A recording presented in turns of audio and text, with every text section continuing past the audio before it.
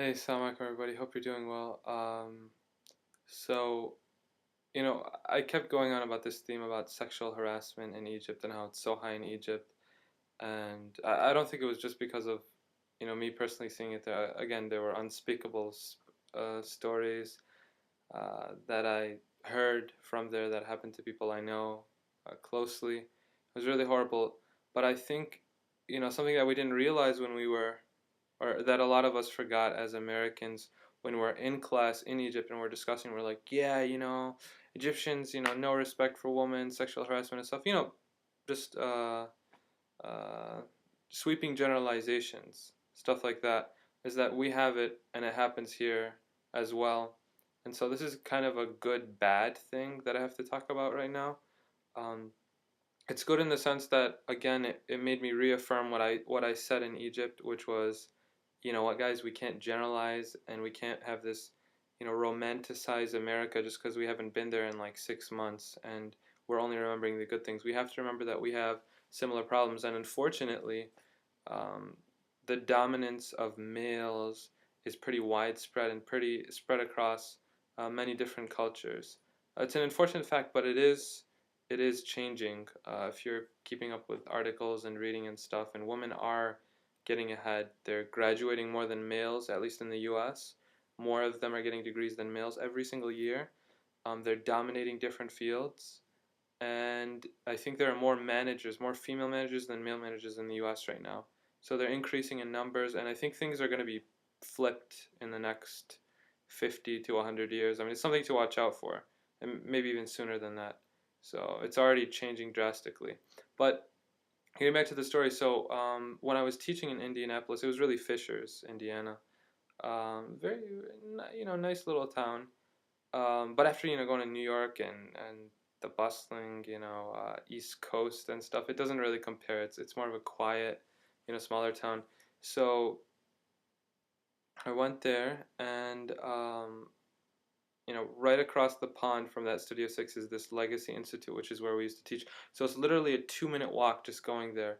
And something that really surprised me, it wasn't the best crowd. Let's say it was a lower class of people. And I'm not saying financially, in terms of finances, in terms of social stuff, in terms of education, just low class in terms of their manners and their morals.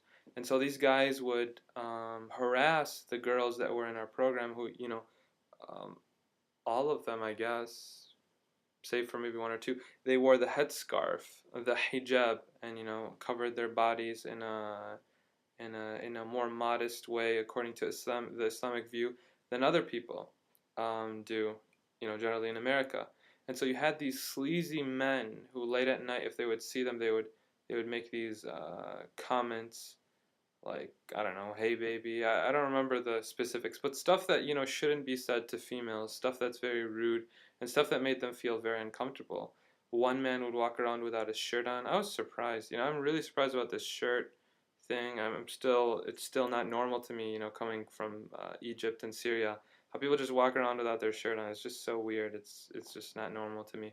Um, so they would just make these comments, and it was just so rude. And one guy would follow them around. I think it was two guys maybe. They would follow them around trying to see what room they're in. I mean, just stalkerish behavior. Really, this is what a stalker would do, and it was not cool.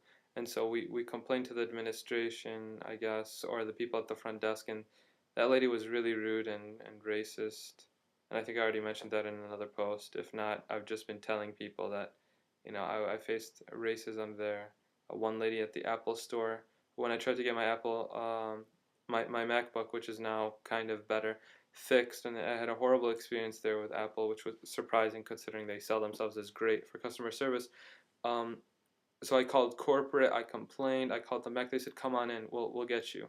So I come back in, I'm like, hi, I'm supposed to be here, and the lady just looks at me and she's like, no sir, I don't even know what you're talking about, you're absolutely wrong. I said, I just called, I called corporate, I called, your store, I talked, and her manager actually apologized to me, and she's like, sir, we don't even do that here. And then she started to, talk to me in a very loud voice, and I've already mentioned this before, I'm pretty darn sure. So, her voice got loud, her eyes open. She was like, sir, you don't know what you're talking. And it was just very rude. And this other lady, to my friend who's of Somali origin. She was like, I don't know if you listen or you understand what we're saying, and it was just really rude. So not cool. Yeah, again, not cool. It's just different to go from the majority to a minority, and I guess that pertains to my next post as well, which has to do with praying in public and just the weirdest experience that just happened yesterday. So, all right, that's that. Assalamu alaikum.